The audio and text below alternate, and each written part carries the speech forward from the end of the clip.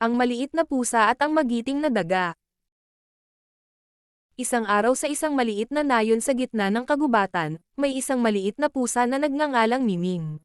Si Miming ay mahiyain at palaging nagtatago sa ilalim ng isang puno. Palagi siyang nangangarap na maging tapat at matapang tulad ng kanyang mga kabaro. Ngunit sa kabila ng kanyang kagustuhan, tila hindi niya kayang magtagumpay.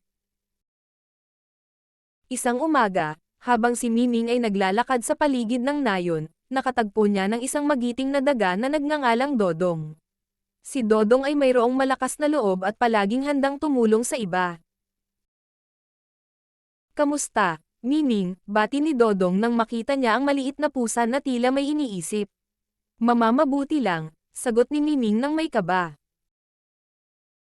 Napansin ni Dodong ang lungkot sa mukha ni Miming kaya tinanong niya ito, "Anong nangyari?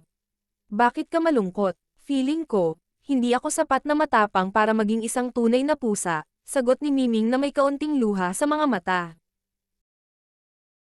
Tumango si Dodong at sinabi, "Alam mo, Miming, hindi mo kailangang maging katulad ng iba para maging tapat at matapang.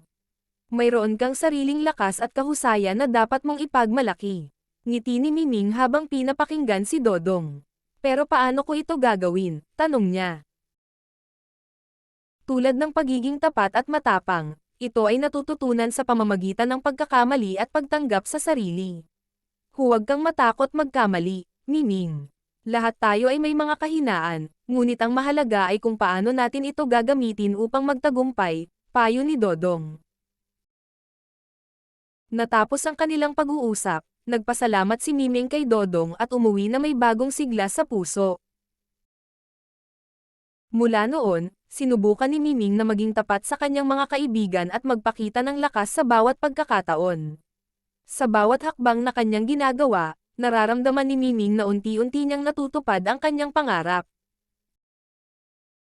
Sa tulong at patnubay ni Dodong, natutunan ni Miming na ang pagiging matapang ay hindi lamang nangangahulugang walang takot, kundi ang kakayahan na humarap sa bawat hamon na nagaganap sa kanyang buhay. At sa huli, si Miming ay naging hindi lamang tapat at matapang, kundi isang tunay na ehemplo ng katapangan at kabutihan para sa kanyang nayon.